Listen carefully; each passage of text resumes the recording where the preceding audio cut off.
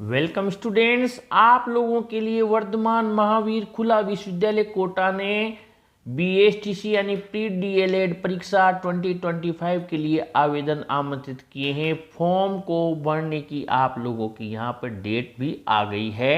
यहाँ पर आपके ऑनलाइन आवेदन 6 मार्च 2025 से शुरू होकर 11 अप्रैल 2025 तक भरे जाएंगे। फॉर्म फिल करने के लिए आपके पास में यहाँ पर फॉर्म 25 दिया हुआ है 2025 और पूरा यहाँ से आप फॉर्म फिल कर सकते हैं। डेट आपके सामने आ गई है, 6 मार्च से स्टार्ट है, 11 अप्रैल तक है। इसके बाद में अगर हम आगे बढ़ें तो यहाँ पर आपके दी हुई है आवेदन की अंतिम तिथि 11 अप्रैल। यहाँ पर हमें जो फॉर्म फिल करना है वो आप लोगों के लिए ये पूरे जो भी दिशा निर्देश हैं आपके सामने, आप किस तरीके से इस फॉर्म को फिल कर पाएंगे। यहाँ पर आपके दी हुई है सामान्य के लिए 50 और अन्य के लिए 45% ज़रूरी है। और साथ ही यहाँ पर जो आवेदक है उसकी उम्र 28 साल से ज़्यादा नहीं होना चाहिए। और भी चीज़ें हैं जो बच्चा यहाँ पर दी हुई है 450 रुपये में यहाँ पर सामान्य संस्कृत के लिए आवेदन कर सकता है, 500 रुपये में सामान्य और संस्कृत दोनों के लिए आवेदन कर सकता है, जबकि 450 में एक पाठ्यक्रम के लिए आवेदन कर सकता है। 12वीं में अपीयर हो रहे बच्चे भी इसके लिए आवेदन कर सकते हैं जो इस साल 12th का एग्ज़ाम दे रहे हैं। और यहाँ पर 10वीं की अंक तालिका की भी उन्हें आवश्यकता होगी। यहाँ पर जो भी चीज़ें हैं यहाँ पर निर्देश आप लोगों के लिए दिए हुए हैं कि कोई भी अभ्यर्थी एक से ज़्यादा आवेदन नहीं कर सकता है। और जो भी है आपके सामने पूरा यहाँ पर इसके दिशा निर्देश चल रहे हैं जो कि आपके लिए बहुत ज़रूरी हैं। सारी चीज़ें आपको पता होना चाहिए जब आप इसके लिए अपेयर हो रहे हैं। तो ये वैसे आपको बोर्ड की ये जो यूनिवर्सिटी है इसकी वेबसाइट पर भी पूरी चीज़ें मिल जाएगी। जो भी दिशा निर्देश हैं आप वहाँ से भी डाउनलोड कर सकते हैं पूरे के पूरे।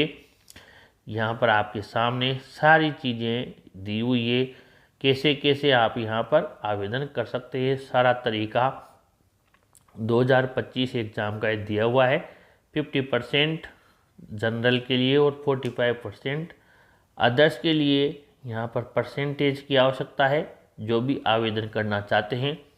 और ये बता दिया मैंने 450 रुपये एक कोर्स के लिए और दोनों के लिए अप्लाई करते हैं तो 500 रुपये पर दोनों में। केवल जिसने संस्कृत से किया हुआ है यहाँ पर पूरी पढ़ाई वो ही संस्कृत के लिए आवेदन कर पाएगा, बाकी अन्य बच्चे सामान्य के लिए आवेदन कर सकते हैं।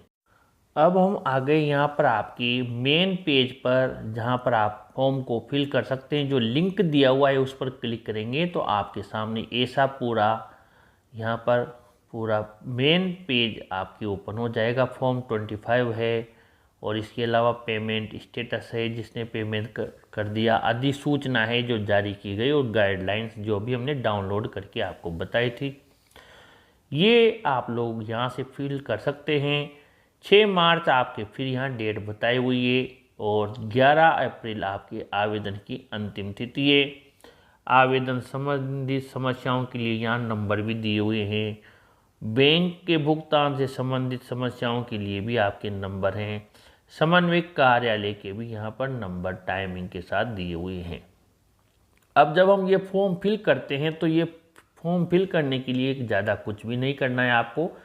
फॉर्म पे आप जाए 2025 पर, ठीक है, और आप सीधा यहाँ पर आ जाएंगे। ये फॉर्म आ गया। अब आप जैसे जो ज़िला है आपका, मान लीजिए आप राजस्थान के हैं तो आप यहाँ पर राजस्थान सेलेक्ट कर लीजिए।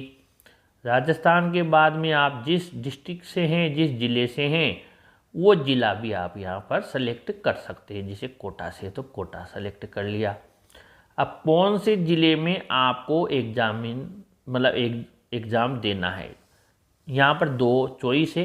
पहले में जैसे कोटा के हैं तो सीधा कोटा आपने फिल कर दिया। सेकंड चॉइस भी ये पूछ रहा है कि आप जैसे कोटा के पास भी मान लो कोई ज़िला है तो वो ज़िला आप यहाँ ढूंढ सकते हैं जो आपको पास में लगता है। जैसे कोटा के पास में मान लीजिए बूंदी है तो हम क्या करेंगे, यहाँ पर बूंदी सेलेक्ट कर लेंगे क्योंकि पास पड़ेगा, मान लो कोटा नहीं देते हो तो ये बूंदी ले लिया। ठीक है, अब आगे बढ़ते हैं अपन। अब यहाँ पर दिया हुआ है आवेदक का नाम, यानी आपका नाम जो कैंडिडेट है। तो आप यहाँ पर आपका जो भी नाम है वो नाम यहाँ पर फिल कर सकते हैं। ये पिता का नाम, माँ का नाम, ये सब। जैसे आपका नाम आपने यहाँ पर लिख दिया, जो भी आपने, जैसे हमने यहाँ पर राम नाम लिख दिया। ठीक है, पिता का नाम हमने यहाँ पर श्याम लिख दिया। ठीक है, यहाँ पर श्याम नाम हमने यहाँ पर लिख दिया। माँ का नाम हमने कोई सा भी, जैसे तुलसी यहाँ पर लिख दिया अपन ने, यहाँ पर लिख देते हैं तुलसी, ये हमने यहाँ पर तुलसी लिख दिया।